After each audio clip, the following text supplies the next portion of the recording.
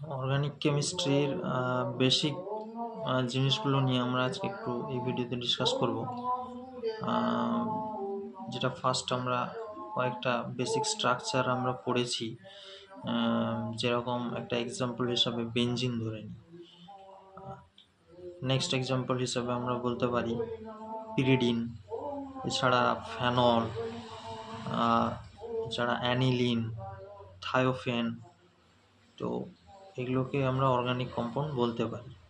আবার এদের বিভিন্ন ক্লাসিফিকেশন রয়েছে, যেরকম এদেরকে হেটারোসাইক্লিক কম্পাউন্ডও বলা হয়, কিছু কিছু আছে। এছাড়া অর্গানিক কেমিস্ট্রি যেটা হচ্ছে স্ট্রাকচার, মেন হচ্ছে স্ট্রাকচার ফান্ডামেন্টাল, যেমন হচ্ছে resonance, hyperconjugation, mesomeric effect, electromeric effect, inductive effect, আর হচ্ছে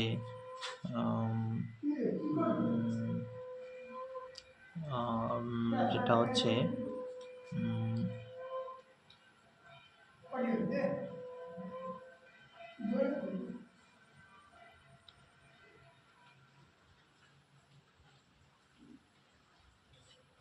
স্টেরিক ইফেক্ট, যেটা মোস্ট ফান্ডামেন্টাল ইফেক্ট, যেটা হচ্ছে স্টেরিক। আমরা বলি অর্গানিক কেমিস্ট্রির স্ট্রাকচারের উপর ডিপেন্ড করে, যে স্টেরিক একটা কম্পাউন্ড থাকলেও যেখানে বিভিন্ন স্টেরিক, যেমন ধরো বাল্কিনেস, একটা স্মল মাঝখানে ধরো একটা মেটাল অ্যাটম আছে, মেটাল অ্যাটমের সারাউন্ডিংস একটা রিংয়ের মতো করে, চালের মতো করে ছড়িয়ে থাকে। তখন বলতে পারি বাল্কি গ্রুপটা যখন কোনো নিউক্লিওফিলিক সাবস্টিটিউশন বা ইলেকট্রোফিলিক সাবস্টিটিউশন হবে, তখন সেক্ষেত্রে ওর রেটের ওপর ডিপেন্ড করে, রিয়াকশানের রেট। সেগুলো আবার বিস্তারিত জানবো ফিজিক্যাল কেমিস্ট্রি যখন আমরা টপিক নিয়ে ডিসকাস করব।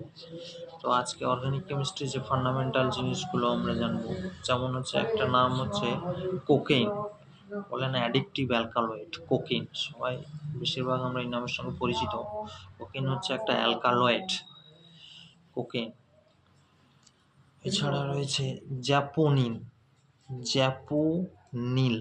জ্যাপোনিল হচ্ছে একটা organic compound, the sex pheromone of the Japanese betel. Sex pheromone আমরা জানি, হরমোনস পড়েছি, তো হরমোনস আমরা জানি স্টেরয়েড নেচার, তো সেক্ষেত্রে তার স্ট্রাকচারটাও কিন্তু অর্গানিক কম্পাউন্ড, মানে ওটাও অর্গানিক কম্পাউন্ড আমরা বলতে পারি।